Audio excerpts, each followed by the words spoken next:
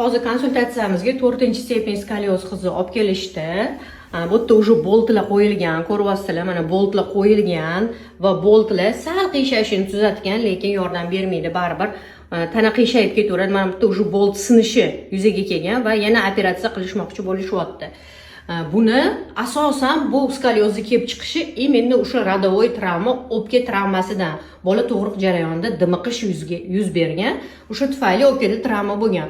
Hozir bularda tekshirsam, kurinni grudt ham bor. Uni yechib yuborgandan keyin sekin o'sha tana joyiga tushishi boshlaydi. Bunaqa qizlarimiz juda ham ko'p kelishadi.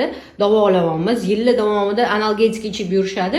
Biz osteopatiya qilgandan keyin umuman og'riq qoldiradiganlar ham ichishmayapti, tanalari ham tekis bo'lib chiroyli qomatga erishishyapti. Shuning uchun operatsiya qildirmaylar, bunaqa boltlar qo'ydirmaylar, umuman keragi yo'q.